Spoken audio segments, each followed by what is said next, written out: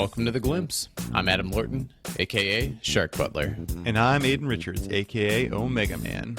Are you ready for some lazy, dumbass analysis? Oh man, I'm not willing to be a dick in my fun time. GSL group stages are dumb. Why bother winning if you're not going to get a Mercedes? Sounds great. Try to summon a little less enthusiasm next time, Jason. I incorrectly anticipated fart. I'm going to ask you for a lot more details. This, by the way, is super deep analysis you're about to see. Okay, Aden. All right, Lord. So let's step into it. Welcome to the show, everybody. This is episode 97. Aden Richards, how's it going? Pretty good. You know, I'll just mention the neck brace if you're watching on video. I'm fine. It's just support. My neck's sore. Don't worry about it. It's really cold in this house too. And would you please share your brilliant idea for a low-tech interactive online game that you sent me over email? Assuming this is the one I sent not just to you. Yeah. Okay, all right. To me and several friends. Yes. So there's a game called Telephone Pictionary, which is usually played in a group close by. You write something, you pass that on to the next person. They then attempt to draw that, whatever you wrote, and the next person attempts to write whatever they think was drawn. You typically start with like a phrase. So like running with scissors is like the classic super easy example. And then the person draws someone running with scissors, and the next person's like, oh, that's running with scissors. And then so far and so on, it goes around. But ideally, you get things that are a little bit trickier to be more fun. And it degenerates quickly into bizarre pictures. Lauren, I'll share you what I just did for our starting one, because you're not playing this round. There's an old Frisbee saying, because a lot of people are Frisbee players. It's, what's the longest river in the world? Denial. What's the, what do you whitewash in between houses? Defense. That's not quite the right phrase. And finally, what do you do while camping in the wood? Wood's fucking intense. So it's denial, defense, fucking intense. There was mine. So your sister's going to enjoy drawing that one, I think. Wow. Well, I appreciate that. Now, my favorite thing about that game actually is when I get someone else's drawing, like getting to apply a caption to it. So I'm curious, Aden, and for you, Kips. Oh, by the way, everybody. Yeah. Side note, if you're reading this or watching this, you've already seen it in the description. We have a guest on the line, Muriel Heisman. Kips, welcome to The Glimpse. Thank you. It's lovely to be here. We're really, really happy you decided to join us, and we'll be talking a lot about Dota in just a minute, but I have to know quickly for you guys, do you prefer, in this game of Telephone Pictionary, Telestrations, there's a board game you can play of it. Would you rather draw a picture, or would you rather caption somebody else's picture? Kips, for you first. I do the captions. I think I'm pretty clever with words sometimes. I'm the same. Aden? I much prefer drawing, mostly because I'm mean and my drawings are terrible, and it delights me to hand off some awful drawing to the person after me. Just delightful. Amazing. All right. A couple of quick reminders. If you are a member of our Discord, you will get advance notice of what rewatchable we're watching, and so you can have a chance to rewatch in advance. And if we have special guests, you can submit questions for them to answer. So the link to join our Discord is at glimpsepod.com. There's a link at the top of the page. You can find us all on Twitter. Kips is at Kipspul, Kipspul. Aden is at Omega Man Dota, and you can find me at Shark Butler. Also, I have to say, and Kuro kind of reminded me of this. This podcast wouldn't happen if not for him, and I think you know who I'm talking about. The guy up there, up in the Upper Peninsula of Michigan, audio engineer Jason. Really appreciate audio engineer Jason's work on this, and you can show your appreciation for audio engineer Jason by buying a T-shirt. That's at glimpsepod.com/merch, and 100% of merch proceeds go to audio engineer Jason. And with that, I will say welcome to the second episode of Dota Rewatchables. Joined by Kips, we're going to be talking about Team Liquid's infamous loss to Fnatic in the lower bracket of TI6. Now, Kips, you suggested that we watch this series. Tell us why it sticks out in your mind.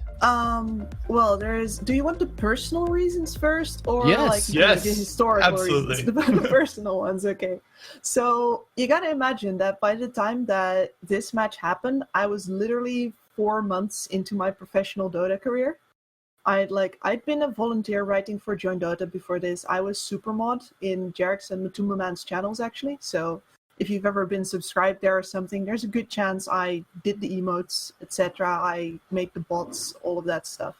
Well, I got this chance to leave basically my IT help desk support job behind and go travel the world with Fnatic. So at the point where this match is played, I am super green. This is my first TI where I'm working it, and I'm up against actually two of my very good friends because Jarx and Matumbaman are both in this game.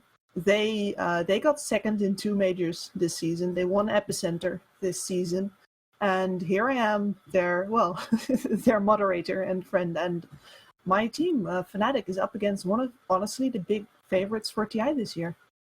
And that made it very emotional because if I did my work right, I was going to knock out some of my best friends in the scene. Well, and favorites is right. I mean, so this was back in the day when TI invites were basically issued 1 invite per hour and basically in priority order based on how much the team impressed Valve throughout the year. So TI6, my pick to win that year was OG. Boy, I was going out on a limb with that pick.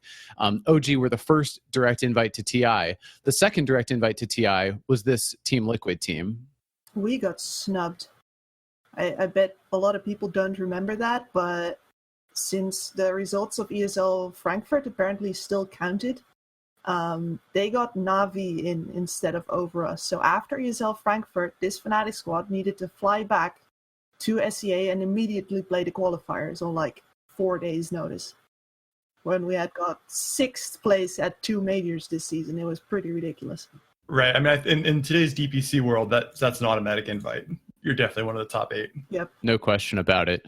Well, and so taking a step even further back in history, in my opinion, really the story of this series goes all the way back to the run-up to TI4. Now, I don't know how many of you guys were following the scene, but Aden and I both were following the scene in the run-up to TI4. And the most dominant team in that era was Team DK, of which Mushi was a prominent member. I actually dug up an email from Aden. Let's see. Oh, did I get the date of this? I dug up an email from Aden from 2014 where he had us on Google spreadsheets fill out our TI4 brackets. And he said, fully half of you idiots picked DK, noobs. so that's a real... Yeah, so that's a real thing that happened. All right, so that DK team, they finished what would have been a good finish for almost any team at TI, but not for them. They finished 4th, and Mushi then, or they disbanded. Mushi was picked up by Fnatic just before TI5. That Fnatic team finished last, but then improved steadily throughout the year on their way to TI6. They picked up Mushi in Ohio at the same time. They picked up Mid One in December of that year, and then Adam was the last piece of the puzzle. Now, Kips, at what point did you join this team? I joined this team in, let me think about it. I think it was end of March, start of April, like basically exactly 4 years ago. Okay, so this would have been right before the Epicenter qualifiers, most likely. The first time I properly went with them anywhere was I was flown straight out to the Manila Major. So I'm not sure what date that was exactly, but I had a week to decide if I wanted to go to Manila with this team. Wow. Yeah. Did it take you a week to decide? No.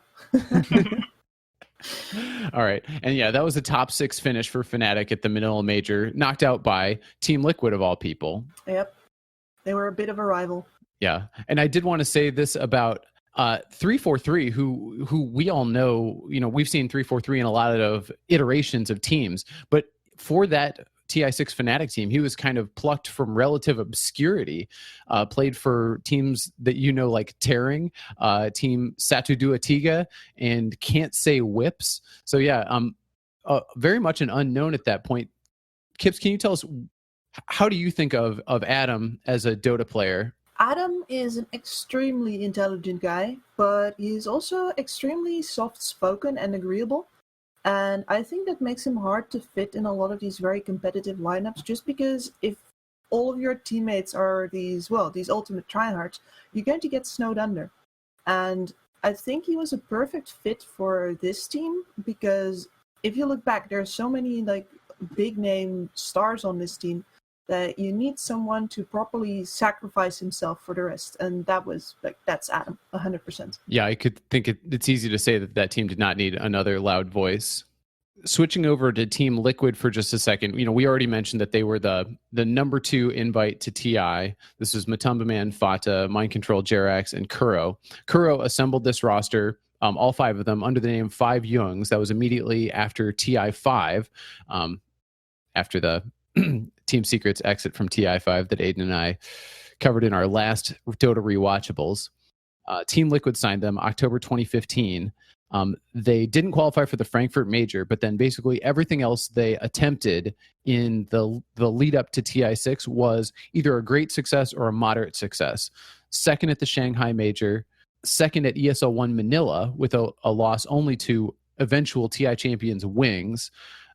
They won Epicenter, second again at Manila Major, lost to OG, lost to OG at ESL 1 Frankfurt, lost to OG at the Summit. So really only losing to the highest level competition. And both Team Liquid and Fnatic struggled in the group stage of this TI. So Liquid were in 4th place after the day 2 of groups, and then they plummeted on day 3, losing to Digital Chaos. Guess that's more defensible in retrospect. And they lost to Team Secret. Fnatic, on the other hand, last place in the group after day 2, including a 0-2 loss to Liquid, and then they rallied on day 3. Kips, what do you remember about the group stage of TI6? That was such a rough group stage, man.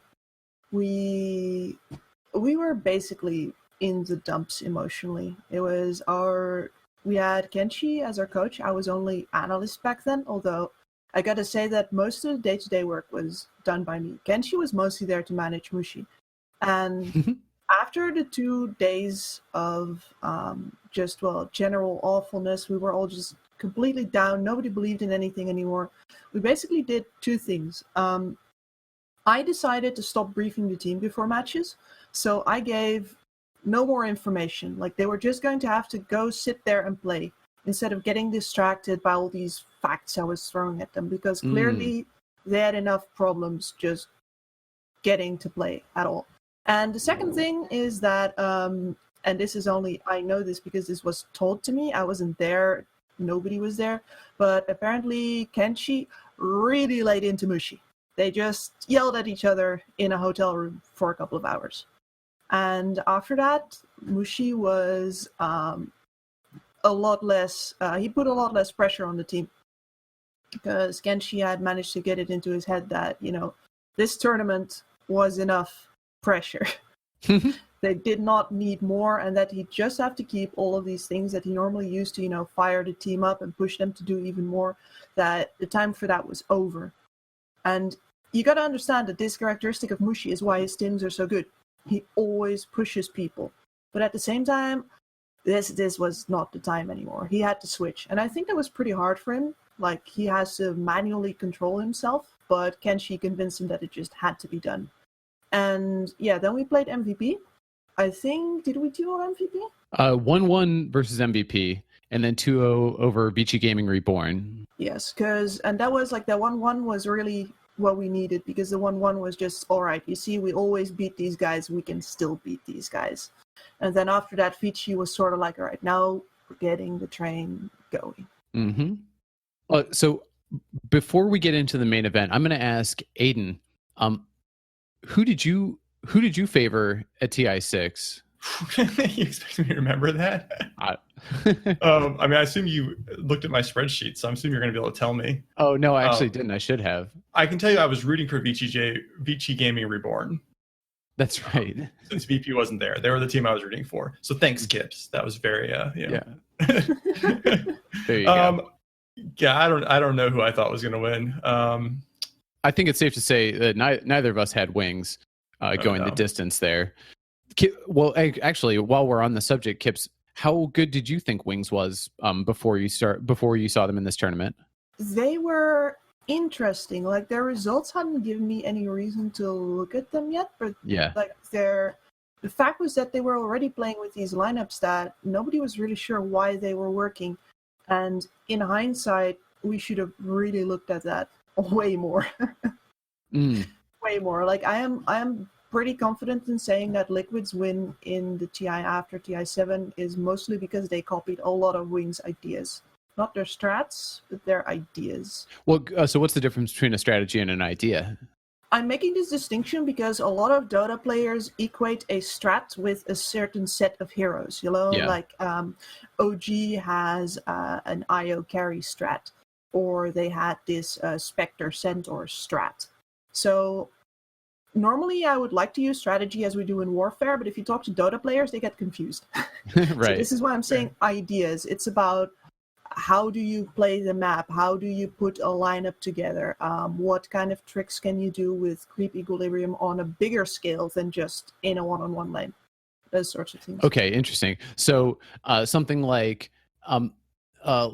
so a strategy would be, an idea would be 4 team fighters and a split pusher, and a strategy would be these 4 heroes plus Lycan. Yes. Okay, cool. No, I appreciate the distinction there. That makes a lot of sense. And I think ideas are, Aden and I talk a lot about draft concepts, and I think there's a lot of overlap between the ideas you talk about and the draft concepts that we talk about. Concept could be a good word for the same thing as well. Yeah. Cool. All right. So in the main event, Fnatic's in the lower bracket. First matchup, Synderen's Escape Gaming with so this is mid 1 versus Yapzor. Baby Yapzor. Baby Yapzor. Easy 1-0 or easy win for Fnatic here. Yeah, the Phantom Lancer pick is mine. Nice. Nice. Next up, Alliance. And this is the TI3 winning Alliance squad, but 3 years later, and not really in the same kind of fighting shape. Although they had been upper bracket. Yeah, but I don't think they recovered from that very well, and we kind of counted on that. I'm going to repeat this several times, I think, but what this Fnatic lineup was really good at was playing pressure Dota. And what Alliance wanted to do, and if they would be still together, they'd still want to do it. They want to split push you. They want to put pressure on different side of maps. They definitely don't want to confront you. Whereas we like to put pressure on the points where there are already heroes, so you get clashes. And Alliance they did not quite have the mental strength anymore to deal with that after they came down from the upper bracket, as well as that I think we had the player quality in this matchup, which is kind of a hindsight thing. Like at that time, I definitely didn't think it. Sure, that makes sense. And I think, is it fair to say that every team S4 has ever been a part of has preferred to split push? Yes, but that is because S4 is really very good, especially at working team fights. And what he wants to do is he wants to create the circumstances for the team fights that are exactly right. And once he gets those, he can absolutely demolish you. Agreed on all counts. Okay, so that leads us to the Fnatic versus Team Liquid series that we came here to discuss. And so, Aden, I'd like to turn it over to you if you're willing to give us maybe the 1 paragraph review of each game, so that then we can step into the games and kind of go into the details. So game 1, the thing is, Mind Control gets absolutely shut down. Liquid, he eventually recovers, but Liquid has to sacrifice to let him do that. Fnatic is moving all around the map, creating pressure, and just snowballs into a victory behind a Shadow Demon Luna combo. Sound good? I agree. All right. Game 2 is Liquid creates a favorable matchup for Mind Control. It's really the way to, while also pressuring the Mushi Dro. Liquid gets massively far ahead, perhaps defensively in the moment, but in retrospect, not. Doesn't buy BKBs, loses a couple crucial team fights to lose their 20k net worth advantage. And the game at that point is kind of a back and forth affair for a little bit until Fnatic is able to win a couple of crucial team fights and win. Yeah, very nice. Kips, at a high level, anything to add? Just for the big picture, this is pretty much it. If you look at the lineup of game 2, we have no right to win this one. We don't. But we prioritize a couple of crucial items, and they deprioritize a couple of crucial items, and that is the difference. And I gotta also say that I think a lot of people look at this match, underestimate that we still have threat on the map, and they still need to be careful not to split up too much, or they can get picked off by the lineup that we have. That's the only thing that you need to watch out for, and that's why they play this one slower, and we get the time to actually get to those crucial items. That's a great point, and I do think mobility and the ability to pick people off is going to come into focus a little bit more. All right, so we're going to step into more detail, and we're going to start with game one. And I mean, so thinking about the draft, Fnatic takes Shadow Demon Luna first phase. Blitz is calling Shadow Demon the hero of the tournament, and obviously it empowers illusion heroes. Is there anything else that we should be thinking about with Shadow Demon, Kips, as we analyze this matchup? Shadow Demon enables a lot of things in this lineup. We already have damage amp from the ult from Adam on the Undying, but then the Shadow Demon brings in even more damage amp, and he sets up for a lot of things. They want to have the team fight in a certain way. You can see they have X Mark, they have the Naga Siren to set up. They have all kinds of combo potential, and the Shadow Demon really disrupts that. Yeah, I would agree. I would also say, you have this combo of the Sand King Kunkka, right? But they don't have they don't have a ton of stuns. So if you can disrupt that first burst, they don't have a second follow up way to they don't have a setup on top of the disruption to to get you as you come out of it. And so you see, especially with a hero like Ember, who if they get going on, they should never die, and mid one almost never dies. That's right.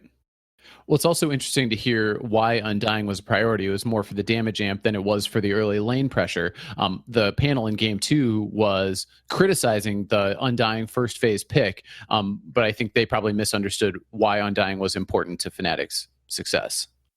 Yeah, it's a bit of both, though. It's it is Adam's probably his most comfortable hero ever. Because it allows you to do so much with literally zero farm. And I think one of the things that also plays into here is that neither game has, or Liquid doesn't really give themselves a good option to deal with the tombstone, just because they don't. I'm not sure if they disrespect the hero, but that means that even without farm, he can still contribute in those later fights as well. Absolutely. Well, so when I saw the last pick Ember Spirit, of course, with the full benefit of hindsight, I see that Ember Spirit and I say, oh, hell yeah, that's for mid one. But of course, mid one was not a star at this point. So it was funny to hear the panel just, shrug and see an Ember Spirit and not say, oh yeah, that's for mid one, and mid one's going to crush on this hero. And this is a theme that goes on throughout the match, even though he's MVP, or, he's voted MVP in both games of this match. At no point is mid one, or is anyone talking about mid one as a star at this point? Yeah, he's a complete unknown here. I've always bristled a bit at people who said that, oh, Puppy scouted mid one. I'm like, scouted? Scouted? He took someone who got 4th at TI. I'm like, carried an entire lower bracket run there. The one who scouted him is Mushi. The one who, brought him up and taught him the discipline and how to play fast. That's Mushi. Right. And anyone who watches this series is going to be like, man, mid one's good. It doesn't take it's not a feather. I mean, you can give Puppy credit for convincing mid one to come join him. Yeah, no, that is the big one. Yeah, right. But figuring it out is not impressive. All right, so I'm looking at the early game here, and to me, the story of the early game is just amazingly proactive 4-minute stretch from Mushi. So a quiet laning phase, just getting a bunch of last hits, takes the tier 1 bot, TP's mid immediately, kills Fata mid, then as Ohio is diving between the tier 1 and tier 2 top, Matumba Man and Jerax, they stand their ground, not realizing that Mushi and mid 1 are on their way too. So Fnatic get a 2-0 there, and then Mushi TP's mid for a tower deny. Yep. And then he walks through the jungle just in time to get there as Kuro and Mind Control try to get another kill on DJ bot. So DJ does the banish. Adam gets a soul rip on mid one to buy time for Mushi to walk over. That's a 2-1 for Fnatic. And I mean, that was the beginning of the snowball that Aden was describing. Right. So Kips, I have a question here. I actually didn't look this up because it seemed it's a bunch of numbers and complicated here. So this is the same tournament that Aggressive popularized the gyro, like, you start rotating really quick early on the gyro or PL and like getting lots of kills, right? Yeah. So this all Mushi running around, and this is not just him. It seems almost unfamiliar, I think, to current Dota. I would say you very rarely see that much motion. But It's not a Hector style performance. No. Does this work? Would this style have worked with today's Dota economy? Like, how much things are worth? Because it seems like he's missing out on a lot of like creep farming, and I feel like creep farming is more valuable. That's rough. I think it's still possible if you do it with the same efficiency that he does it. Because even back then, he was one of the few players who did this. Like, Aggressive popularized it, but Mushi has been doing this a long time. And he really believes in that since you have 5 heroes and therefore 5 TP scrolls, you can use those to get all the things done on the map at the same time. Which is why his teams often start off rough, because he wants people to understand that immediately, and it is very hard to do without completely clogging up the comms.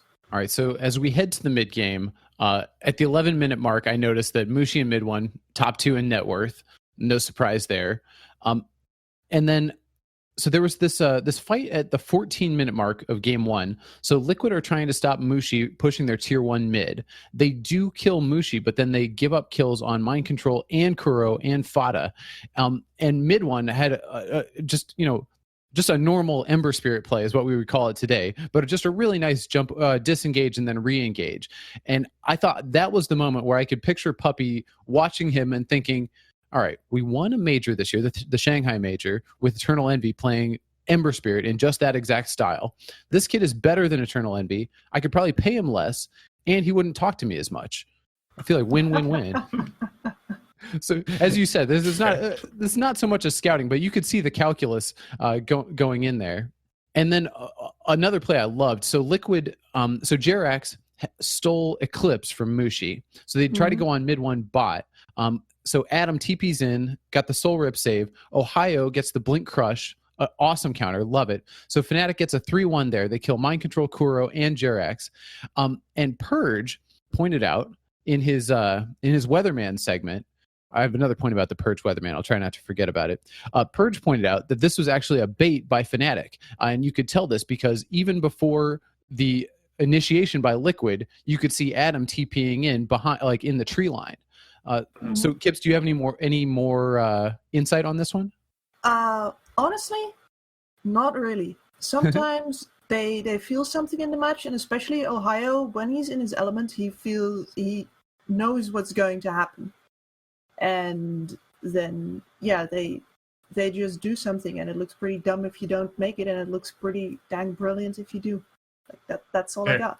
Well, and I do think that Liquid had shown enough evidence that they really wanted to pressure that Radiant bottom tier 1 area that I think it's not insane to think that that mid one or Adam or both could think, yeah, I feel like a gank is coming here. Mm-hmm. Especially because back in this day, Roshan was bottom. So this is one of the reasons why Mushi liked to really win that bottom lane on Radiant as well. As soon as you get that dire tower there out of the way, you just get a lot more Roche control. Right.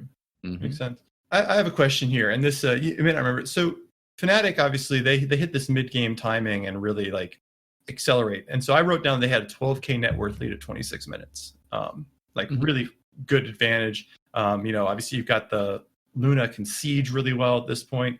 Ember can jump. Ohio's been doing a great job blinking in and out. You've got DJ to save. So that's at 26 minutes or so. It takes a while until about 35 minutes before you guys get a tier, or you guys get a Rex, and that basically ends the game. Why? What do you think the reason is the time that it just takes? I figured at 26 minutes, and I didn't remember how long the game was. I thought it was going to be like a 5 or 6 more minute long game. Why the slow play? Is that something that you consciously as Fnatic has worked on, or think that was made a call in that game particularly? I think there was a call in the game. Mushi wants to play as fast as possible. He still does. I think this Naga is making it hard for him to have the complete map control that he wants to have. We can't really choke them out. And they do have very significant choke point team fight in this game. It's true. So we really need to get a strong opportunity, because once you get behind, if you get a team fight behind when you're against a Naga, you lose your entire map. And it's so hard to get that back. So they were being very careful. And I'll point like what finally happens to make you guys end the game essentially. And this is interesting because it happens in game 2 as well. And I'm really curious if this is like a team strategy. Is that mid one dives on his Ember into the base and gets blown up. But it takes a lot out of Liquid to do that. And he immediately buys back. Unfortunately, I don't know if this is intentional or not. You'd have to ask him probably. He doesn't use BKB in that first death. He just dives and he may get chain stunned and he can't get out. But he gets out. He buys back immediately, and now Liquid have none of their ultimates. Yep, it's planned. It's planned. So he's sitting there saying like, I'm going to go in and I have buyback, and we'll just. And I mean, it's on Ember Spirit, right? So you have this huge advantage of being able to immediately get back in there. Okay, because Yes, I mean, you see, because Fnatic does it again. Similarly, not exactly the same, but a similar strategy in game 2. Yeah, that's right. I think it's really something that I noted as being important to both games. So quickly before we end this game, I want to point out one thing. I always love to find the white space that is where something could have happened, but it didn't. And what I saw is at the 21-minute mark of game 1, there was a really good disengage by Fnatic. So you may remember, so Ohio got an invisor and he scouted into the Liquid jungle, found Matumba Man farming a neutral camp. And he followed him. He followed him behind the tier 2 mid, followed him all the way into the other jungle, and did the blink crush on him. And then somebody called him off. I mean, first of all, they saw Kuro, so they found an easier kill. But the call to disengage on Matumba Man was huge there because the rest of Liquid was converging on Ohio. And so because he got out when he did, it was an easy win. And then that set up a triple kill for mid one. So that disengage right there, I think, was clutch. Yeah, I'm just slowly going through this moment again now. Because, well, as you might imagine, at the time I was one big mess of nerves. Right. And I barely remember what happened in these games, so I'm looking at this moment here again now. It could have been as simple as the fact that Kuro was coming out of the base at all. Yeah, like I think it's just catching the glimpse of Kuro on top, and then they also, because of the lane ward on the bottom lane, they also see the TPs coming in on the other tower. So I think they recognize that they're in a really big choke point, and they're going on a Naga Siren. And that's actually one of the things that I wanted to highlight about this game, is that in the times where Matumba Man got his ult off, Fnatic was extremely well positioned. Even in the last ult, where they're in the final base defense, Liquid is like very much ready to go with, for example, the Sand King ult after that song. But Adam is standing on top of MC's face, and as soon as the ult stops, MC gets his blink cancelled by a decay, and he can only like sort of burrow strike in and catch Adam with it, who was standing next to him anyway. The positioning of Fnatic off of these ults is really good. So I think that if I look at this situation that you point out right now, they're all in a choke point. They're seeing the opportunity for Matumba Man to pop that ult, and they're going, oh hell no. Nice. Well, like I said, I thought that was a disaster averted for Fnatic. And then I want to fast forward back to the 35-minute mark. This is Aden's talking about the decisive team fight. Love to play, as you said, Kips, planned suicide from mid one that forced Liquid to burn all their spells. This is something that that VP from a year or so ago might have done, I think.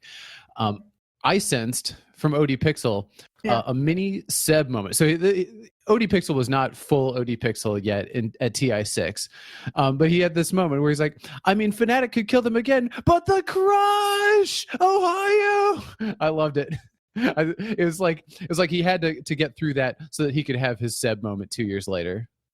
It is. In general, honestly, when I was watching this series, this was the first time where I really felt that Western casters are biased in favor of Western teams. Like, I get that it was Liquid, and that you're casting from the perspective of the favorites in a certain sense. But we've been leading in this game for 30 minutes, and the cast is still all about Liquid. It's if I listen to it back, it's pretty rough. Fair. And I never noticed that really before I started working with the team, and then specifically like in the SCA team. Interesting. It is interesting. Well, and Draskell, more of the unbiased analyst here. So OD Pixel saying this would be a really hard game for Liquid to get back into. Draskell replies, hard is an understatement. The Shadow Demon has more net worth than the mid Death Prophet. That's DJ for you. Yep. Yeah. Dota Jesus. Love it.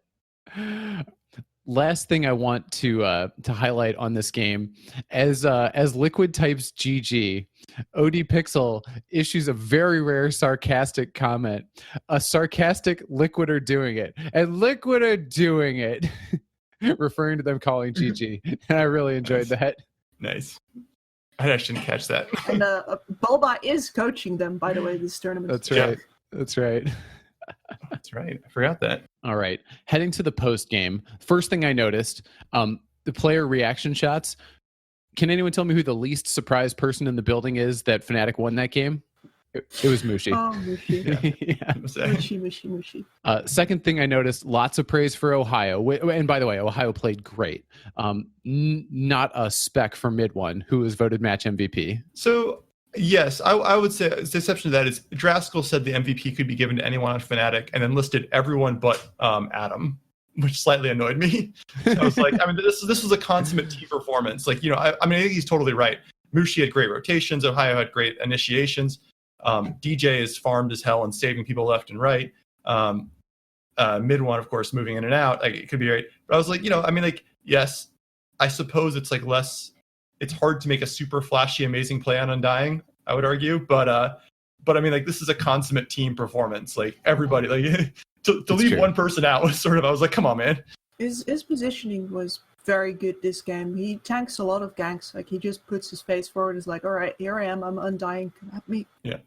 And yeah, of course, the little things like that blink cancel and MC. I do think it's one of the best performances that I've ever seen Adam give. Well, apart from like the next game. True. Yeah, totally agree. Okay. And this is a very belated I told you so. But Aden, I've been trying to tell you for a long time that other broadcast talent don't respect Purge and the Weatherman bit. And I finally found some hard evidence of this. So Dakota was the desk host when Purge was doing the Weatherman bit. And so after Purge gets done, pointing out that Fnatic baited them into that bot gank. Dakota's like, wonderful stuff, Purge. Always appreciate that you're able to kind of dissect it, go a bit deeper than some of us might even care to see. My God. It's a little backhanded compliment there. Yeah, exactly. The subtle put down of Purge the Weatherman. It happens a lot, but you don't always catch it. Yeah. Oh, so something I wanted to ask you about, Kips. There's a lot of discussion from the analysts about balanced sources of damage. They're saying Liquid were too reliant on magic. Is that something that you think about, or how do you think about having different sources of damage? It's very important. Like, in general, you have to choose in Dota if you want to go for the balanced approach or like the how do I say this politely? Am I allowed to swear on this? Sure. Yes. All right. So the way I usually explain this to teams is that you can also just slam your dick on the table. So you can say, look at this. We have all of this. And then, you know, physical damage or magic immunity or damage amp or whatever, and go like, what you gonna do about it? So those are like the two main schools of thought. Like, are we gonna balance? Are we gonna keep our options open? Or are we just gonna say, no, this, we win like this, and you can come at me? Mm-hmm. And Liquid was very much a team, and I think later on they still were that team where they were gonna say, we are gonna win like this, and you could just come and do something about it. I like it. Well, yeah, and I mean, it really was evident toward the end of that game that Liquid couldn't do enough damage to get through everything that Fnatic had, and didn't have enough control either. Closing thoughts on game one, Aden? It's hard to evaluate, I think, in some ways, because you have this mind control getting destroyed so badly early. It's like, how much of the rest of the game is Fnatic outplaying them? And how much of it is just that mind control got so destroyed? Like, how often are you like in a Dota game and you lose, you're playing mid? This happens to me. Like, you narrowly lose that first blood. They get you like 10 HP, and then the next time they also get away with 10 HP, and it's not, and you actually outplayed them the second time, but they were a level ahead. Mhm. And I wonder, and they say it was a little bit hard for me to tell how much, like, if you were to sit there, I mean, I would probably say it was like maybe 60-40 that Fnatic outplayed, and 40% Liquid just had a terrible start and couldn't come back. But it's like, it was, I can imagine at the time, I mean, but of course I knew that in retrospect they were going to win game 2. Like, I imagine at the time, like, it would be very defensible to say, well, if Liquid gets a better start, they're going to crush Fnatic. And so, I mean, I think midway through that second game, everyone's thinking that it's exactly the case. That, like, that game 1 was like a one-hit, wonder for Fnatic. And it's like, the audience and the casters are not the only ones thinking that in that moment, because I'm thinking that too. Fair. Yes. Very fair. But like, shutting down mind control is very much part of the plan. I am of the opinion that mind control is one of the very best players in the world, and he has been the best player on Team Liquid for, well, pretty much 4 years now. Mhm. And we really wanted to shut him down. And after we get this game, I'm sitting there and I already know this is Kuroki. He noticed that his style of making us spin on the map, and I'm going to elaborate on this later, is not working out with the lineup that he had here. We are fast, we react fast, we pressure hard, we have some surprising smokes. So he's got to change up his lineup and his game plan. And I already know that we're not going to get that kind of a start on MC again. And right now that's making me very nervous. And I can't show it to my team. That's what I'm thinking as they come walking off the stage. Well, so you had mentioned that you had basically stopped giving the team a lot of input as they went to the main stage because you felt like they were suffering from kind of too much information. End of the group stage. I started it again for the main stage. Oh, okay. So how did you think about the amount or the level or the type of information that you would give them so that they're not going to analysis paralysis, but they're getting enough that it's going to help them? Analysis paralysis, I like that. Yeah, the way that we ultimately dealt with it was that I would brief on playstyle and on what we called S heroes, so signature heroes. Mhm. The heroes where you specifically have to get, and this is an important distinction here. This is a bit of an insight into how Mushi's mind works, right?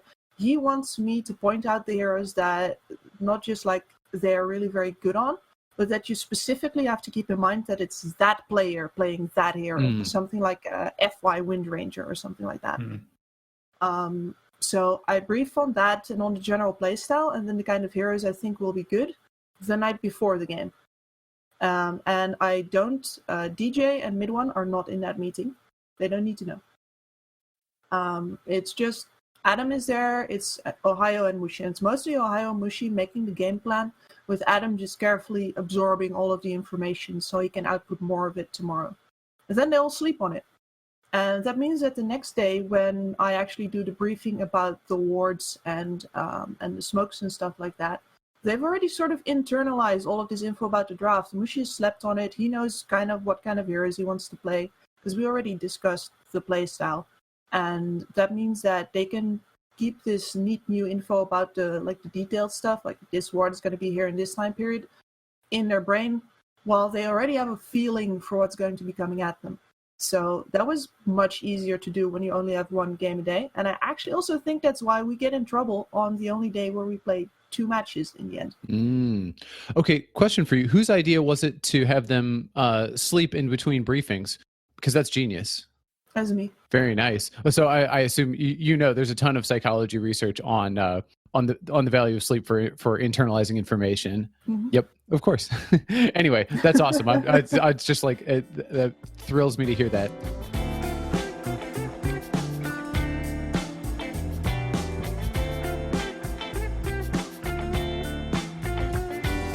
Shall we talk game 2? Let's talk game 2. Awesome. All right. So I'm looking at the draft right now. We talked about the Undying. Yeah, go ahead. I mean, you can just tell me what you think of the draft, because I already know what I think of the draft. I don't know that I have an opinion on the draft.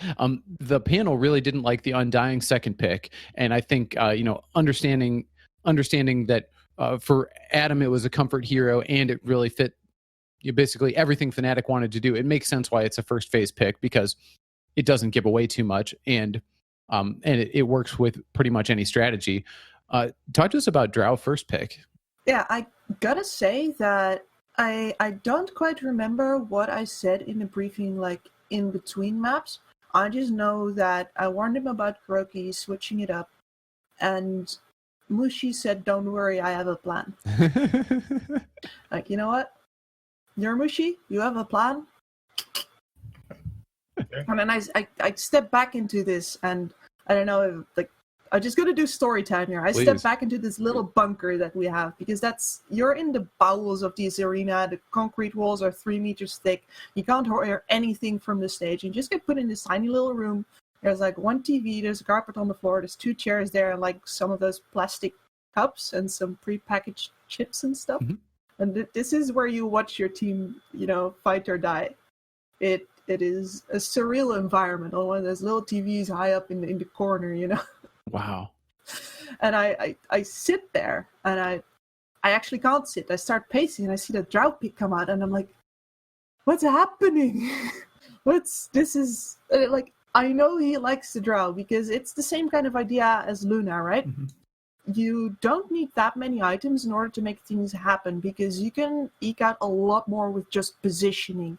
But we are probably not going to be able to contain MC this game, and that means it's probably going to jump. And this is a drow, and yeah, they pick an axe, and now I'm already biting all of my nails off at this point. I am very scared about this draft, and it just doesn't get better, because a bit later there is a Sand King, and we have already talked about we kind of didn't want to play Sand King this tournament because Ohio is just not good at it. Mm. So there it is, and well.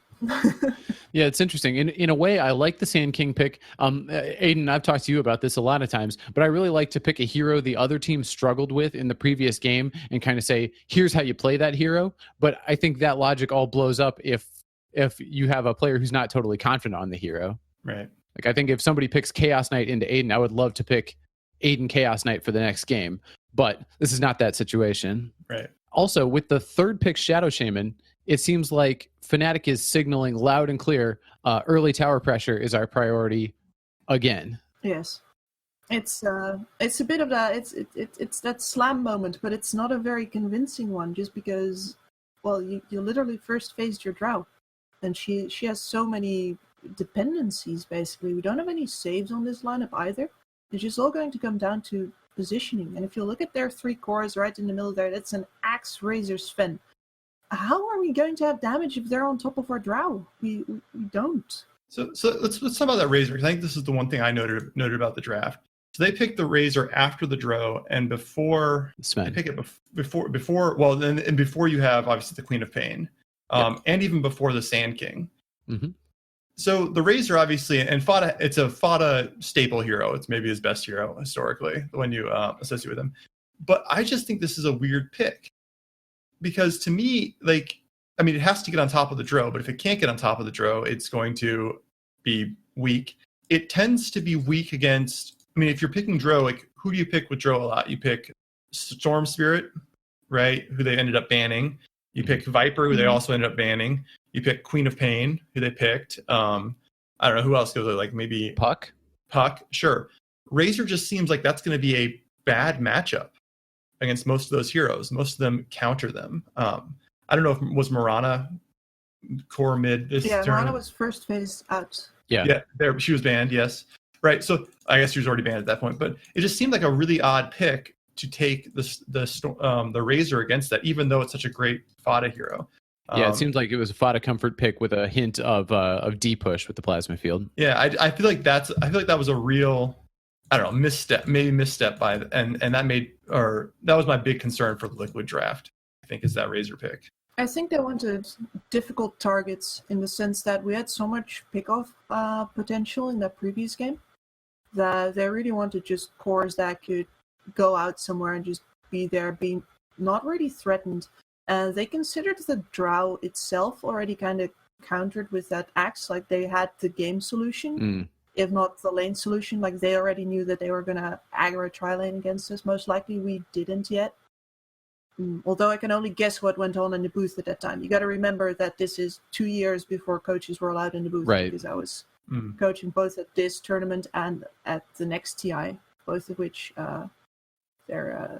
you couldn't be in the booth yet as a coach. Well, so let's get into that early game. And as you mentioned, Kips, this turns into an aggressive tri-lane from Liquid, and a very successful aggressive tri-lane. So it's the Sven, Oracle, and AA against Drow, Shadow Shaman, and Undying.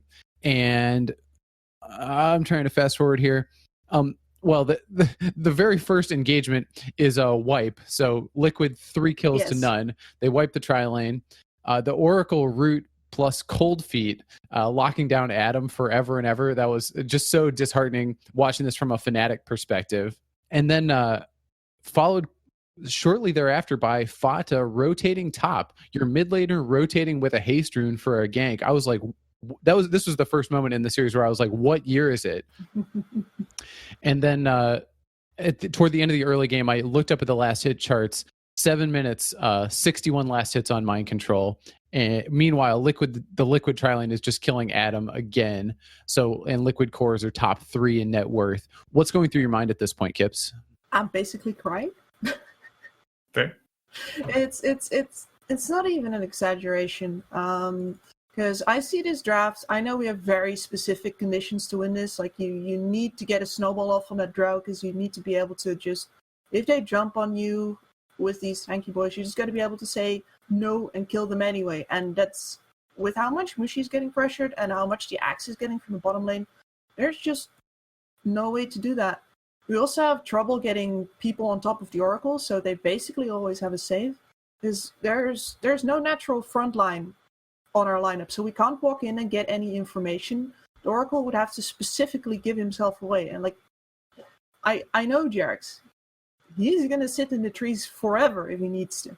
So at this point, the win condition is already looking very cloudy, and this is the point where I, as a coach, am just already thinking about the next game.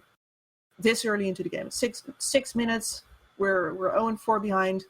I'm seeing the win condition slip out of our grasp. Rough. Well, so that Mind Control, this huge, gigantic axe, one moment that stuck out to me in the mid game. So mid one in Ohio decide to go on Mind Control, and they use absolutely everything. Burrow Strike, Epicenter, Everything. Dagger, Scream, and Sonic Wave. Barely kill him before he TPs out. And meanwhile, Liquid just go ahead and kill Adam on top. Ohio TPs in to try to save Mushi. DJ dies, so it's 7-2 Liquid. Matumba Man has a 2K net worth lead over Mushi. I mean, and it's crazy watching this game knowing that Fnatic is going to win, because bad stuff just keeps happening to Fnatic over and over. Mm-hmm. Yeah, it's pretty incredible. And let's see what I put in my notes here, because it is pretty much the same. Yeah. This I'm just gonna mention the spinning on the map thing again. This is a term that Atu told me years later, and they are really doing it to us this game. As you can see, like, we are TPing into places, trying to help out people who got jumped and just dying with more people. Or, you barely save someone on one lane and then they go on the next lane already again. You're running out of TPs, your supports are dying, your cores have no space to farm. You start completely losing it, and they can do that slowly throughout a match, or in this case, since they are so far ahead, they can just do that for like a 2-minute stretch, and it like at 30 minutes, it just ends in a team wipe, and at that point, I have no idea how we know what to do anymore. Yeah, it's really interesting, and I wonder how if you want to take this as a Dota player, I wonder how you internalize that properly. Is it something along the lines of, if you feel like you're getting momentum, or if you feel like the enemy is disorganized, you should take that as your cue to be more aggressive, not less? Yes. Okay. It is an opening, and you got to exploit it. And one of the ways that, one of the things that I think makes it hard is that people often don't quite recognize momentum from another player on their team, if that makes sense. Yes. Because your Queen of Pain is murdering top, you need to go and murder bottom now, etc., etc., etc. And it's hard to build off of something that someone else is doing, but that is the definition of unity. You gotta feel what kind of effect you are having on their squad as a whole, and utilize the advantage that your squad has as a whole. I like that. Well, and I think you can see some good evidence of this. So 13 minutes into game 2, Liquid executes an excellent bait. So they're only showing Fata mid and he's showing on the Fnatic side. So Ohio in mid one, they go on Fata. They barely tickle him. Adam drops the tombstone. Mind control blinks in and he calls mid one. So Fata just calmly destroys the tomb while Kuro takes out mid one with the ice blast. Mushi tries to retreat, but Matumba Man cuts him off. DJ and Ohio, they get Fata down to 50 health, but he gets away. Mind control escapes from the ward trap by dunking Ohio. So they chase down DJ in the river. That was a 5-0 for Liquid, and Kips is preparing the game 3 draft. Yeah, right there. It's. I also think, though, that this is one of those moments where we're building, and this is this hindsight thing again, but this is where Matumba Man is building that idea that he doesn't need a BKB. All he needs to do is walk at the drow. And it's true, isn't it? It is. Yeah. But we know that he needs to build a BKB. Yeah. But in this moment, you can see why he doesn't. Yeah. And I kind of agree with him. And this is also, I think there was a period here where I think it's gone away a little bit in the last couple of years, but this was only about a year after they changed the BKB, maybe a year and a half, they changed the BKB to having decreasing duration time, and you couldn't rebuy it. The decreasing time was longer than that, but you couldn't rebuy it. It was bound to your hero. And I feel like there was a period of time where everyone was like, wait for your BKB as long as possible. Yes. Where a lot of players were. And I feel like that's mostly gone away. Players have been like, no, you got to just get it. But I do think that this was still in that period of time when players were like, well, I'll get my other 4 items and BKB will be my 6th slot, and then I will be able to crush everyone. And I wonder if that's influencing Matumba Man's choices here. I'm honestly not sure. Like, from what I just remember happening here is that nobody thought he needed it. Yeah, I mean, fair. I mean, I was going to ask you later. We can ask you right now. Like, if he goes BKB before Assault Cuirass, if you were to estimate his chances of winning versus either way, going Assault Cuirass or BKB, like, are they any more than like a couple percentage points different? I mean, they've got to be like 95% chance of winning either way, right? Right. So it's got to be like. Well, they're like, that's counting outside of the Aghanims on the Undying. True. True. Like, because that is, in my opinion, the big difference maker in this game. Yeah, it's fair. And did you say, Kips, that Adam didn't tell Mushi who was doing that? He just did it, or it wasn't part of the initial game plan? It wasn't part of the initial game plan at all. No, it's purely adjustments in the moment. Because right now they're grasping at straws, right? Yeah. And this is mental strength. This is what you get when you have Mushi just pushing you to think harder for half a year. Is in these moments you're still thinking about a way to win, even though this is so many teams would have given up right here because there is no logical way to get back into this, and they're like, no, we need Aghanims on 3 of our heroes, and then we'll have tankiness and damage to do things that we currently lack. Because we want a 10 strength steal on the Undying, we want more range on that Sand King, and we want to have the burst damage from the Quap. And now we have a fight condition. Now we can finally do what we wanted to do at the first part, is, blow them up even when they jump us. Yep. Well, now we're getting into the section of the game where you can start to see the seeds of the comeback. And it starts with that fight in the Radiant jungle, the Liquid jungle. So Ohio gets the Blink Epicenter on Mind Control. DJ ward traps him. Mid one gets the Ag Sonic Wave off. So Mind Control, at that point, it's 1-for-1. Mind Control dead for DJ. Great exchange for Fnatic. Then Fata gets kited by the Tombstone zombies. Matumba Man gets chased down by Ohio in mid one. Fata dies too. Fnatic 4-for-1 there, and a free Roshan. And then that set them up. I think that was where Adam got the gold to purchase that Aghanim Scepter so that they could win the top fight, which in my opinion might be the most rewatchable moment of the entire series. Yeah, it is. Yeah. And so that was where, so Mind Control tried to get the blink on mid one. Mid one, Blink dodges the call. It's beautiful. Yeah, right. It was one of those 1-inch blinks that was it was just right. So Matumba Man just kind of walks in, stuns Mushi, but then DJ ward traps Matumba Man, shackles Fata. Mid one hits 3 with the Sonic Wave. Matumba Man dying to mid one after the false promise wears off, and then Fnatic chasing down Mind Control, make it a 5-0. And so one of my favorite things about or one of the things that makes OD Pixel, I think, unique as a caster is he has this kind of it sounds like he's really concerned for the well-being of the team that's getting completely blown up, and so he's like, they're gonna be able to get the full team wipe, 3-4-3, ripping them up, stealing the strength away from Liquid and their hopes as well. Loved the call from OD Pixel, and I think that was like that was classic OD Pixel, and like I said, I think probably most rewatchable moment of the whole thing. It is. Isn't that also the moment where Ohio sits on the cliff for a while? I think you're right. Yep, on that word spot. That is what's burned into my mind, is he's sitting on that cliff and Liquid is just sort of walking past him. And I'm like, I feel hope again at this point because of the fight that we won on bot, and they're sort of walking near him, and I'm like, oh god, Ohio, don't lose your nerve here. Don't lose your nerve. And he doesn't.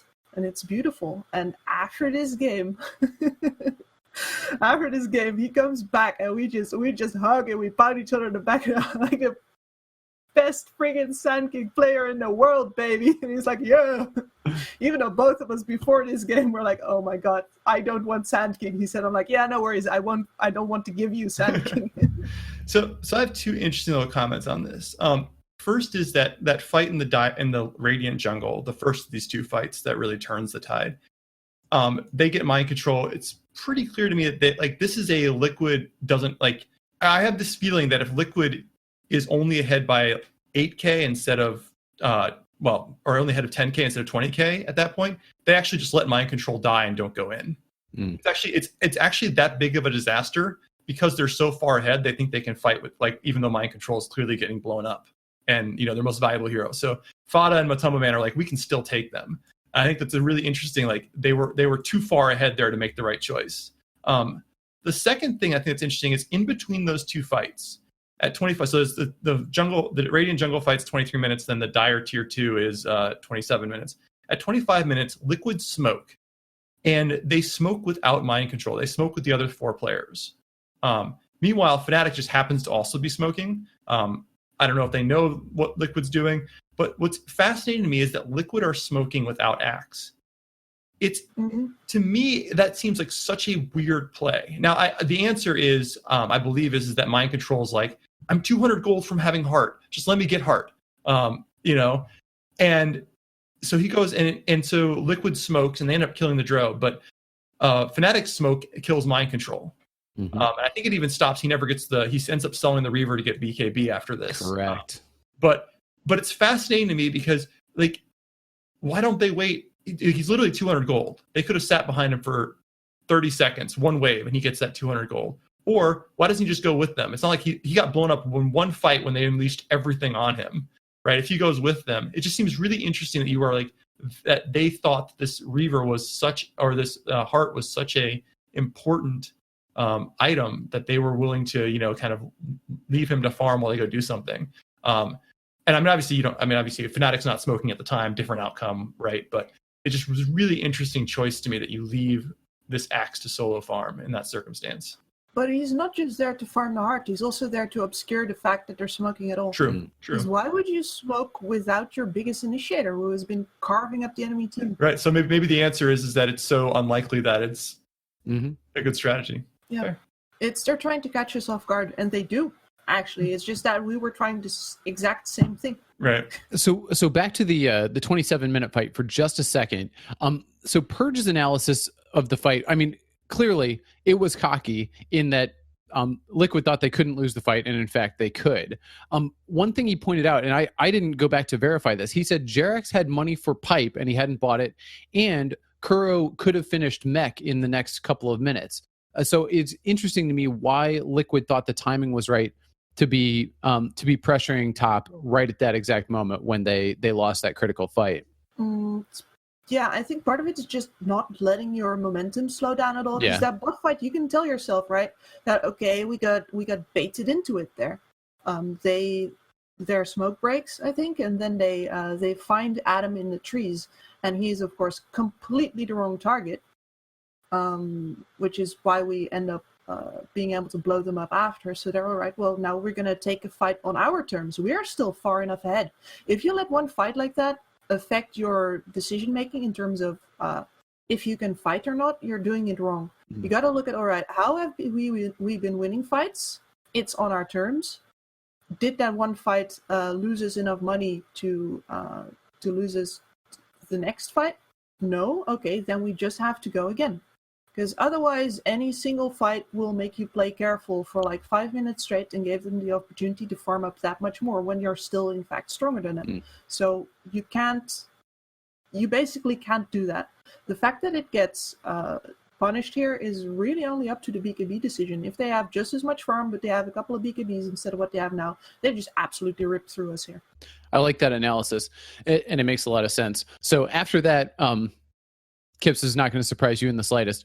The crowd in Seattle gets very quiet, and at 30 minutes, you can hear one lone voice in the crowd. I can't imagine how loud this person had to yell to get picked up on OD Pixel's mic. They yell 3, 2, 2. I missed that. That's great. It was very faint, but I caught it. I feel like there's gonna be one person listening to this who also caught that on the rewatch. It was great. But pretty soon after the 3-2-2, so Fnatic are pushing bot lane, and it was amazing. You know, like you were saying, Kips, we won one fight. Has anything changed that makes us think we're going to lose the next one? All right, well, let's go again. So Fnatic are pushing bot lane. Liquid smokes to engage. 3-4-3 places an excellent ward and breaks the smoke. Drops Tombstone. But so the point of interest, he not only breaks the smoke, but he's also smoked, so he knows when their smoke breaks. Interesting. Yes, Fnatic also. So he knows they double know because he immediately pings, even though I think he does not have vision of whoever breaks his smoke. He has vision of other part of the area, but I think, unless I'm crazy, that he also has it. They're also smoked. Right. Yeah, it's hard to see on the replay, isn't it? But you can look at if they disappear on the minimap or not. That's what indicates that they're smoked. Yeah, the sequence of the fight's in the wrong order, but the point still stands, I think.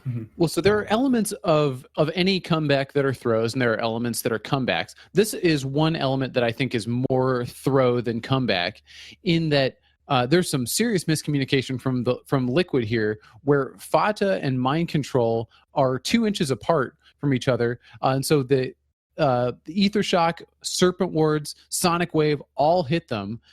And they can't recover from that, from being too grouped up and just taking the entire combo and Burrow Strike Epicenter all to the face.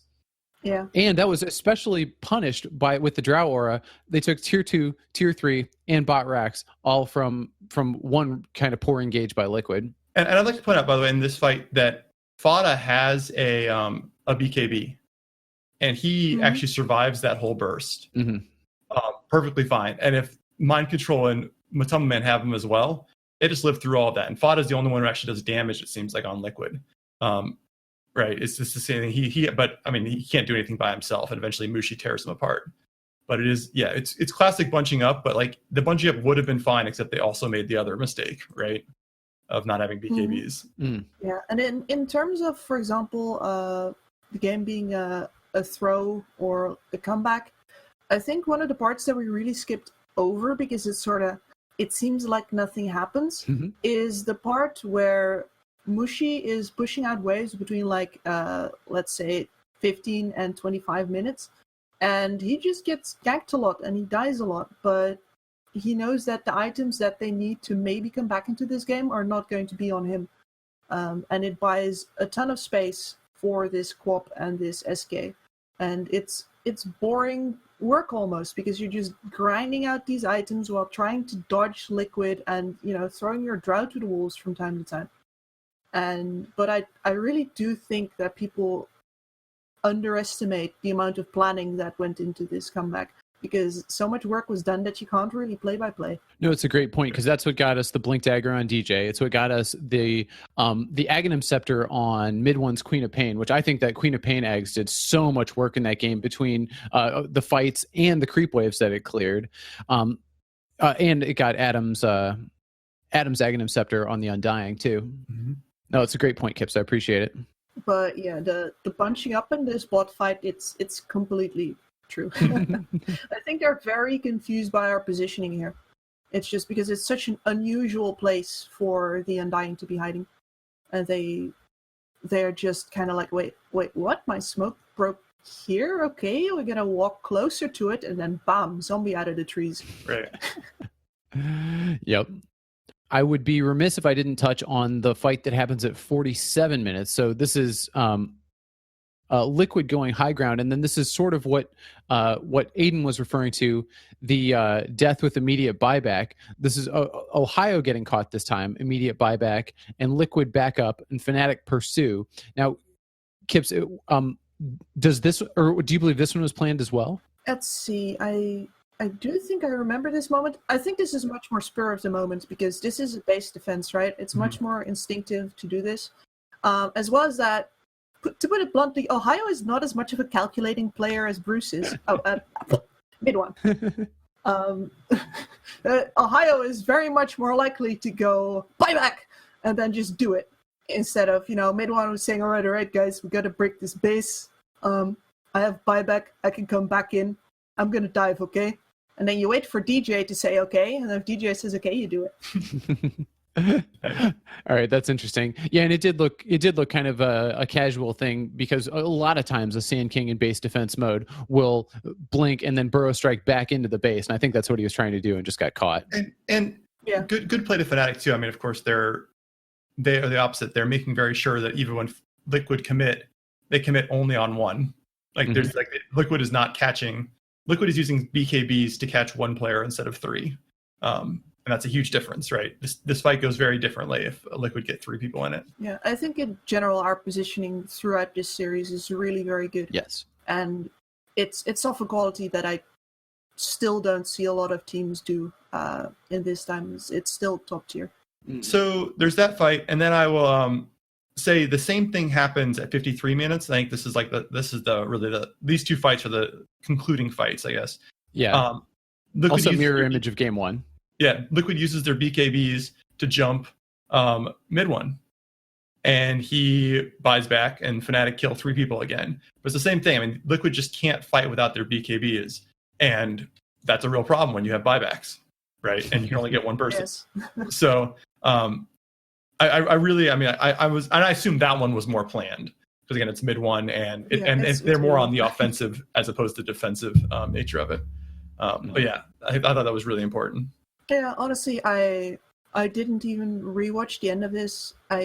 Just the two that I know by heart are like the fight on top with Ohio on the cliff and Adam bursting out of the trees on bot. I can dream those two. Yeah. And the rest of it is sort of an afterthought. Like back when this was played, I was all my hair was gone already. All my nails were like chewed up until the rims. It was done. Fair.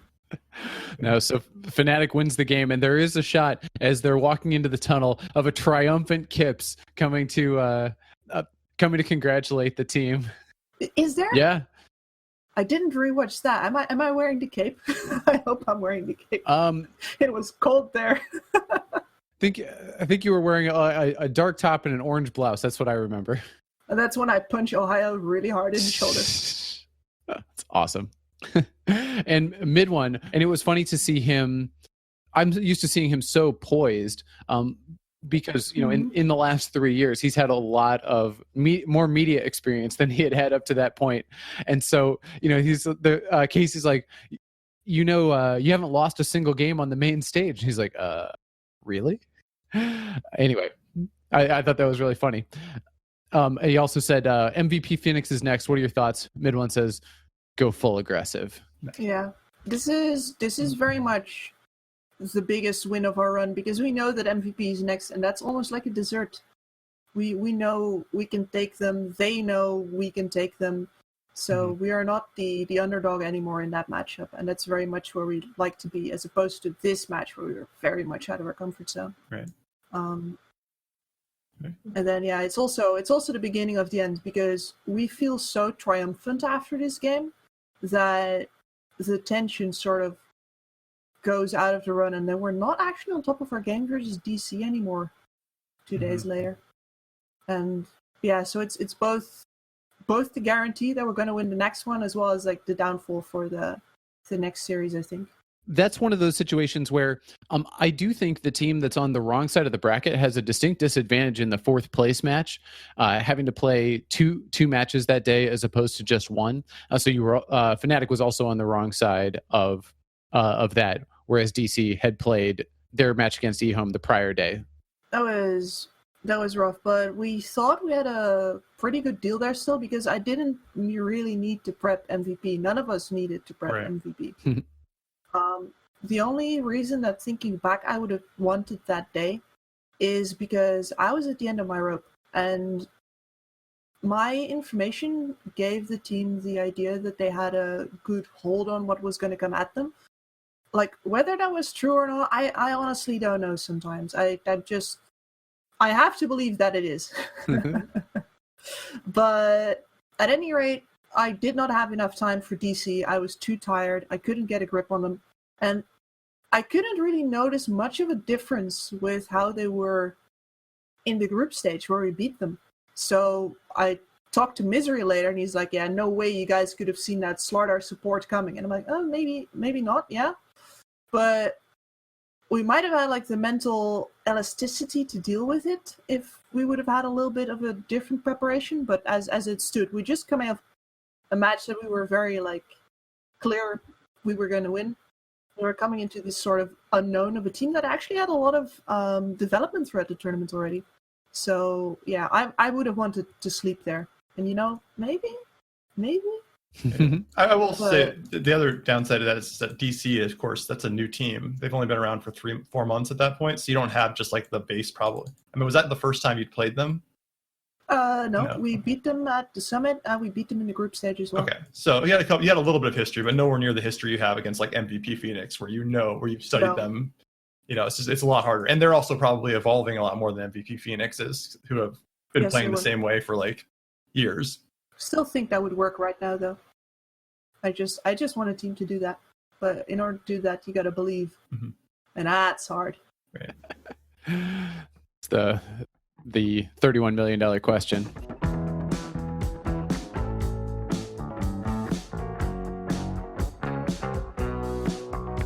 Okay, let's give out some awards for this series.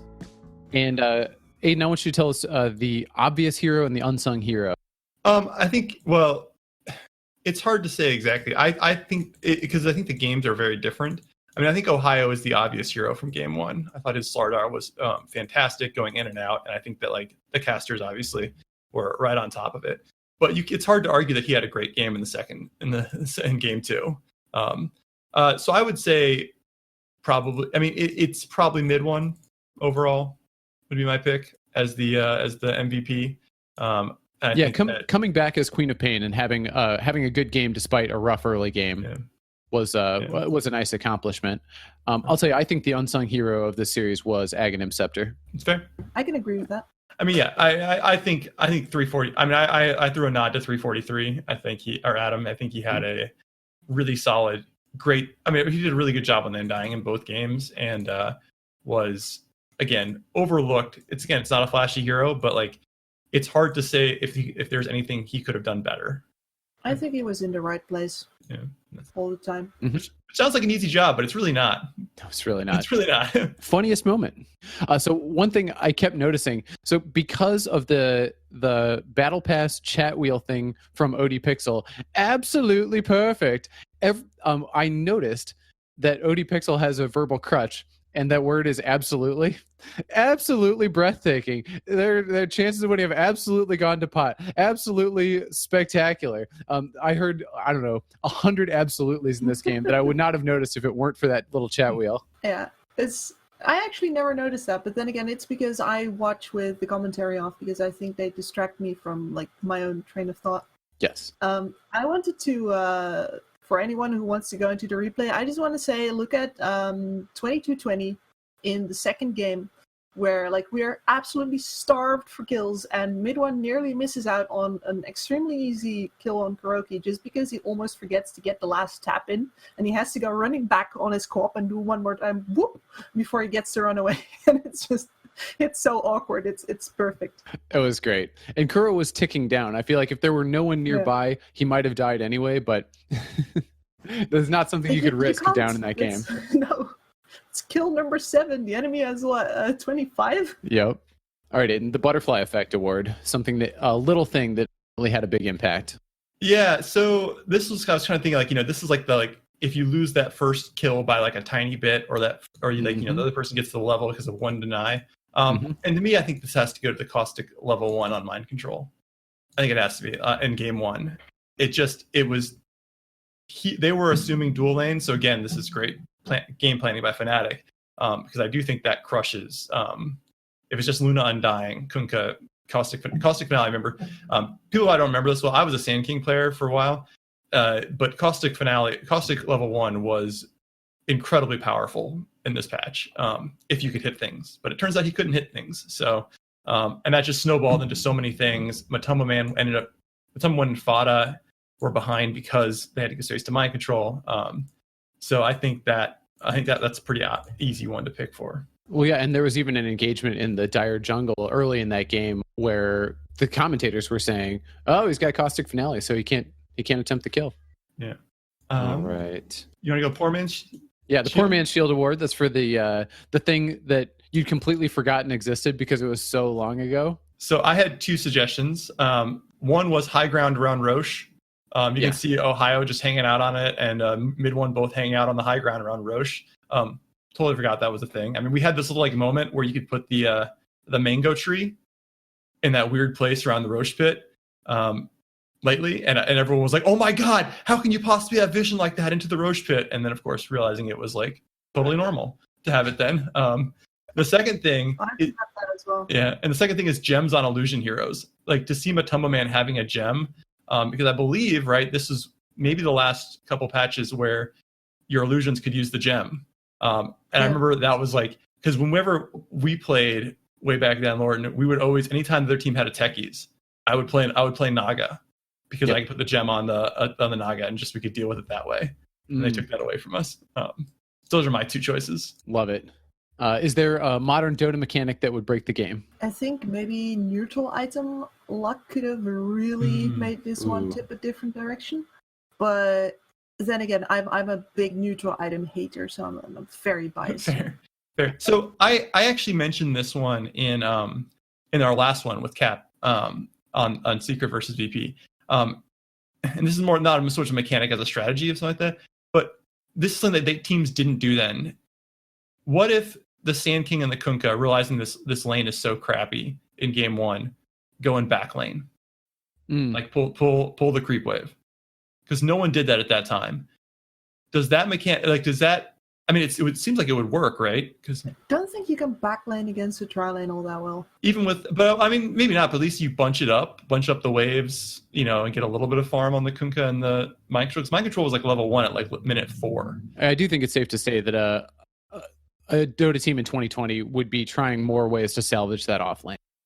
Yeah, you can't let it get that bad, but they're sort of like sitting with their hands in their like, we didn't expect this trial lane. What do we do? Right. It is honestly, I think, a signal of that they maybe underestimated us going into this matchup. I counted on it at the very least, so I like to see it as a signal of that. Nice. Okay. So this is the They're All Dead award for the most passionate casting moment. I think I already reenacted mine, which Zodi Pixel saying they're going to be able to get the full team wipe. But he did have another one in games too. It's like, look at focus 4-3-3, but the damage from Mushi. So those are the 2, my 2 nominations. I would also throw in after that 31-minute fight when just to going, oh my god, Fnatic. Did you say Fnatic? All right, so I think it goes to that 27-minute fight, which was also the most rewatchable, and that was OD Pixel's cast was icing on the cake for that. Okay, Apex Mountain, was this was not the peak for Mushi. I think the peak for Mushi was TI4 DK. Yeah, either that or winning now I forgot which tournament it was, but he won a tournament with I think he won DAC 2016. With my no, it was 2017. I think Aden and I had just started the podcast, I think. Yeah, I mean I think that was really it for him. He's had such a long long career, it's hard to like say like one thing was his peak. But I mean, he played really well in game 1, but I wouldn't argue that his game 2 was good strategically, but you wouldn't say it was like great like gameplay at any point, particularly. Right, and this wasn't his only time getting 4th place at TI. Right.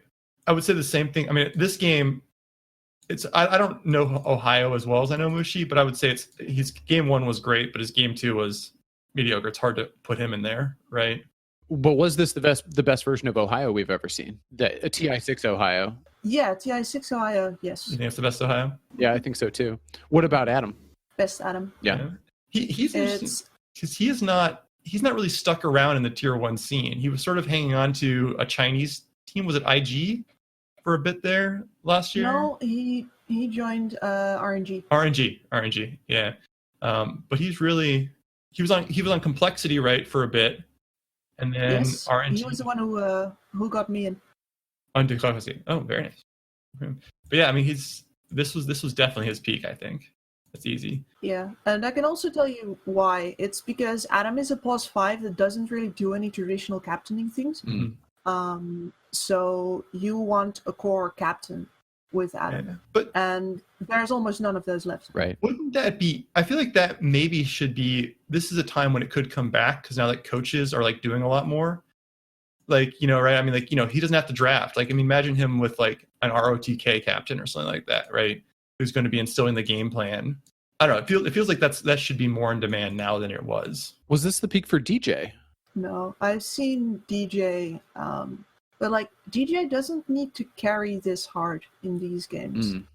But I think that in the year, like the 2-year period after this, and especially the DJ that we saw last season on Fnatic, he's playing out of his mind. Like I think all of us remember the double wards to end the game with Shadow Shaman at some point. Yeah, his Shadow Shaman is amazing. He's not on a team that works as well as this team, but I definitely think that in levels of pure play, he's still got better after this. Well, yeah, and that team did get 3rd place at a major last year. That was the Dream League. The Dream League major. Fnatic got 3rd place, and that was what sealed their TI invite. All right. True. Is this mid one's Apex? I don't think so. I mean, I put that on there as a suggestion. Yeah. What's interesting to me is, so on Secret, especially the more like last year's version of Secret, it felt like there were times in this series where he was the focal point. And I feel like on Secret, more often he was playing second fiddle, especially to Nisha, right? And so in some ways, I don't remember. I think the real question is whether that mid 1 MP version of Secret, whether mid 1 was like playing that carry from mid position better than he is now. But in some ways, I thought this was like, I mean, he was the man in this series. And I think a lot of time, and like that doesn't mean you're better, right? Zai is oftentimes considered one of the best players, and he's very much not the man on his teams, and that's part of what makes him great. So like that's not the difference. But I wonder if this is maybe approaching the best version of mid 1 as the carry mid. I'll say it's the apex of carry mid 1. At least it's up. It's in that range. I mean, you'd have to look up. He's another one who's had like 4 years of just like peak performance. So it's hard to give him a specific moment. I think if you frame it that way, it's acceptable. I have a very special place in my heart for players who know how to do exactly what the team needs, and mid 1 has only been getting better at that. And it's the same way for like a player like Matumba Man. Like these players are not maybe even the most skilled on their team, but they are the hardest to replace. And that is something that I think gets undervalued a lot. Yeah, I think Puppy is one guy who does value it properly. Well, and Kips, we know you've been following our podcasts, all DPC awards for the last couple of years, and so that's why it's no surprise to you that mid 1 was named to our top all DPC teams both of the last 2 years. And that was the justification we gave when we gave him those prestigious awards. Aden, why don't you lead us through a couple of what ifs? And I have to warn you that I'm going to rush us through the end of this episode because I have somewhere to be. That's fair. And we've been going on. This has been a great time. Okay, so from a first what if let's say Liquid does win, does this change the outcome of the tournament? Yeah, you want me to say it? Sure. Yeah, Say I it, think Kips, we all agree. please. I think we all agree. No, it doesn't. Wings always wins. But the final could have definitely been Liquid versus Wings instead of DC versus Wings. We don't beat DC with the way that the tournament goes, but I think they might. And I think they would have had certainly a good chance against MVP Phoenix. Yeah. Okay. All right. So let's say that it goes better. So best case scenario, Liquid ends up like third or something, second or third. Do Fada and Jarex stick on that team? Jarex really wanted to play with Miracle. So I think if Fada leaves and Miracle comes in, then Jarex would have stayed. Unfortunately, Jarex went to OG for Miracle, and Miracle made the switch for. Oh, interesting. So it was in that order. So Jarex wanted. Oh, interesting. That's fascinating. Wow. Yes. It worked out for Jarex. I'm not too sorry for him. He seems to have done pretty well for himself. Yeah. I don't know. Yeah. Okay.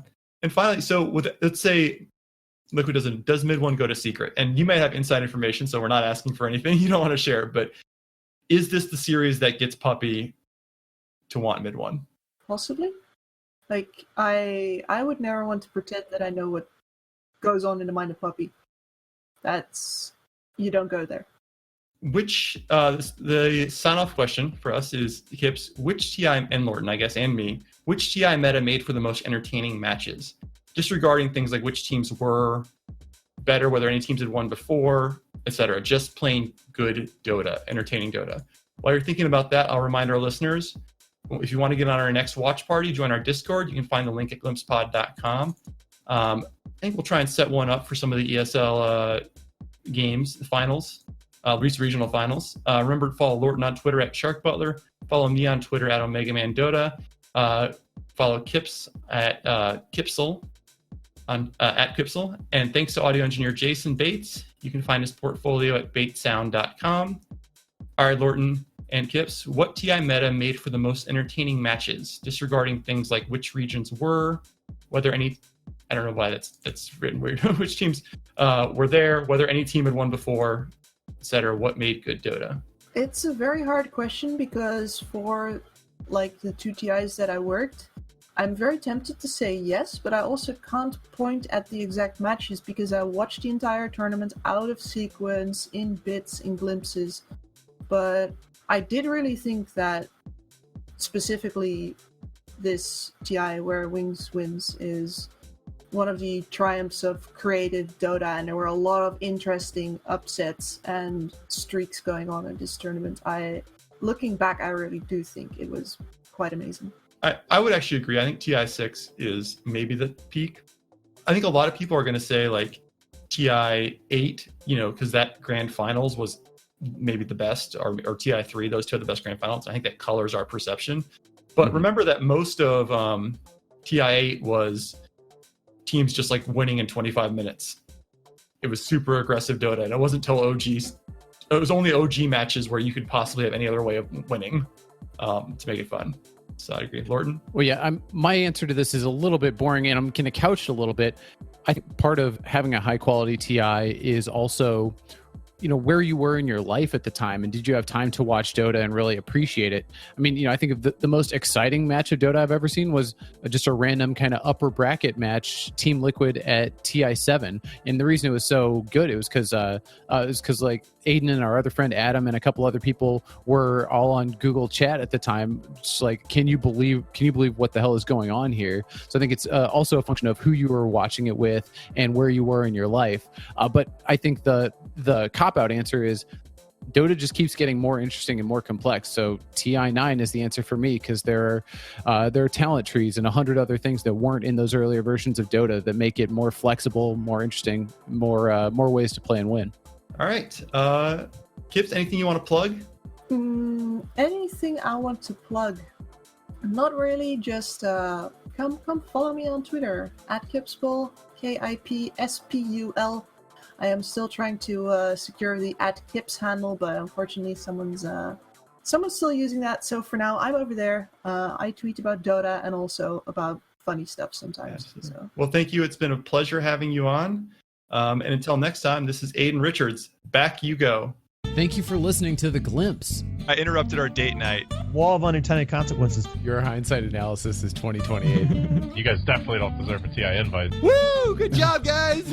Oh, God. Optic did not finish last. They finished tied for last. The statistician rears his ugly head again. I'm gonna shit on your point. The hysterically stupid move. And we were fucking boned, boys. I remember that quite vividly. This is Adam Lorton.